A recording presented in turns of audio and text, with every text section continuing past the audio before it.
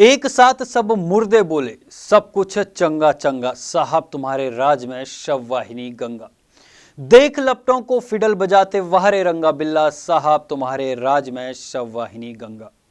साहेब तुम्हारे दिव्य वस्त्र, दिव्यत तुम्हारी ज्योति, काश असलियत लोग समझते हो तुम पत्थर ना मोती। हो हिम्मत तो आके बोलो मेरे साहेब नंगा, साहेब तुम्हारे रामराज में शववाहिनी गंगा। नमस्कार, मैं हिमांशु बरमुला और आप देख रहे हैं BHBC न्यूज। कोरोना के ओमिक्रॉन वेरिएंट को लेकर केंद्रीय स्वास्थ्य मंत्रालय ने एक नई चेतावनी जारी की है।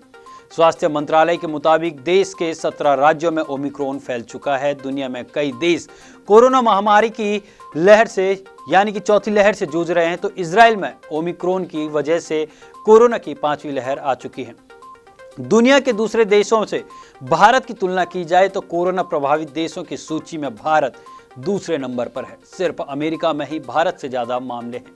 लेकिन भारत की स्थिति क्या है, आप इसी बात से अंदाजा लगा सकते हैं कि 5 राज्यों में होने वाले विधानसभा चुनाव में ताबड़तोड़ रैलियां हो रही है। ओमिक्रॉन के खतरे से निपटने के लिए एक बार फिर सरकारें कदम उठा रही हैं। उन्हीं उपायों में से एक है नाइट कर्फ्यू। मध्य प्रदेश के बाद यूपी सरकार ने 25 दिसंबर की रात से 11 बजे से सुबह 5 बजे तक इसे लगाने का फैसला किया है। दूसरी ओर दिन में राजनीतिक दल रैलियों के जरिए लखनऊ की गद्दी पर सवार होने की तैयारी कर रहे हैं। अब सवाल यह है कि नाइट कर्फ्यू और दिन में रैलियों की वजह से कोरोना का चक्र टूटेगा या हम सबको इसी वर्ष अप्रैल, मई और जून जैसे दृश्यों को देखने के लिए तैयार रहना चाहिए। यह साल कैसे बीता, इसका जवाब सबके पास है। फिर भी खुद से एक बार पूछ लीजिए और इस सवाल का जवाब भी आपको खुद से मिल जाएगा। साल तो पूरा ही बेकार था, लेकिन अप्रैल और मई सबसे भारी रहे। महज इन 2 महीनों में जनता ने इंसान के रूप में भगवान और शैतान दोनों देखे। बहुत कुछ खोया, बहुत कुछ इस महामारी से सीखा भी। कोरोना महामारी ने लोगों की जिंदगी अस्त व्यस्त कर दी। रहन सहन से लेकर खान पान भी लोगों का बदल दिया। कोरोना वायरस का दहशत लोगों में इस कदर है कि कार्यस्थल पर जाने पर भी लोग डरने लगे। धीरे धीरे जनजीवन वापस पटरी पर लौट ही रहा था कि एक बार फिर कोरोना के नए वेरिएंट ओमिक्रॉन ने दहशत में डाल दिया। कोरोना की विनाशकारी दूसरी लहर के दौरान उत्तर प्रदेश में गंगा नदी लाशों को फेंकने की आसान जगह बन गई थी। यह दावा एक नई किताब में किया गया है, जिसके लेखक NMCG के महानिदेशक और नमामि गंगे परियोजना के चीफ राजीव रंजन मिश्रा और IDAS अधिकारी पुष्कल उपाध्याय हैं। कोरोना की दूसरी लहर के दौरान गंगा में तैरती लाशों के कारण यूपी की भाजपा सरकार की काफी आलोचना हुई थी, लेकिन सरकार इससे बार बार इनकार करती रही। इस महामारी से देश में तबाही मची हुई थी और उत्तर प्रदेश में भी हजारों लोगों की मौत इसकी चपेट में आने से हुई। इस दौरान गंगा में अनगिनत लाशें बहती हुई नजर आई थी। गंगा में लाशें डाले जाने की बात मिश्रा ने अपनी नई किताब गंगा रीइमेजिनिंग, रिजुवेटनिंग, रिकनेक्टिंग में मानी। इस किताब में लिखा है कि कोरोना महामारी के दौरान जब मौतों की संख्या में कई गुना की वृद्धि होने लगी और शमशान घाटों पर भीड़ लगने लगी, तो उत्तर प्रदेश और बिहार के गंगा घाट में लाशों को नदी में फेंकने का आसान रास्ता बन गए थे।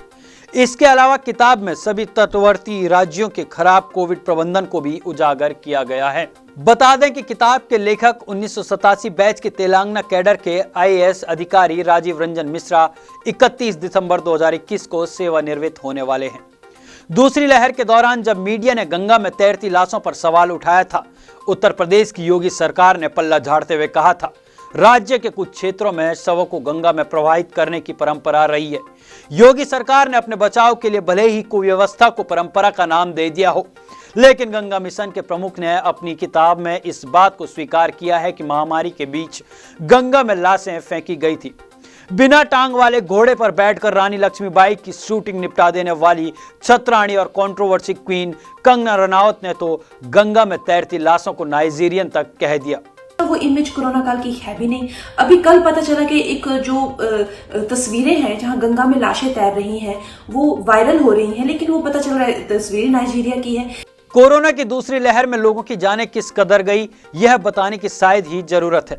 शमशान और कब्रिस्तान के बाहर कतार में लगी लाशें, अस्पताल में अपने मरीजों को एडमिट करने की होड़ और लाशों से पटी गंगा, शायद ही किसी को याद ना हो कि गंगा में किस तरह तैरती लाशों ने सबको बेचैन कर दिया था। फिलहाल तो रात में कर्फ्यू, दिन में रैली, शाम को कोरोना की समीक्षा पर बैठक और हर रविवार को माना कि अंधेरा गना है पर बेवकूफ बनाना कहां मना है। फिलहाल तो ऐसा ही चल रहा है कि सरकार को शर्म आ रही होगी। ऑक्सीजन पर कहा कि हमें पता है कि इसके कारण मौत हुई है, बाद में मुकर गए। गंगा में बहती लाशों पर भी पल्ला झाड़ते नजर आए। जनता की चिंता है भी या नहीं, या फिर अभी सिर्फ सत्ता का नशा है और चुनाव के जरिए गद्दी पर बैठने की जुगत में लगी है। कैसे भी करके सत्ता मिल जाए और जनता को फिर देखा जाएगा। इस पर आपकी क्या राय है, कमेंट बॉक्स में जरूर बताएं। अभी के लिए बस इतना ही। देखते रहिए BHBC न्यूज। नमस्कार। रोज की ताजा खबरें सुनने के लिए सब्सक्राइब करें BHBC न्यूज चैनल। साथ ही रोज के नोटिफिकेशन जानने के लिए दबाएं बेल आइकन। साथ ही हमें अपनी राय देने के लिए हमारी वीडियो पर कमेंट करके बताएं और वीडियोस को लाइक और शेयर करना बिल्कुल ना भूलें। आप देख रहे हैं BHBC न्यूज।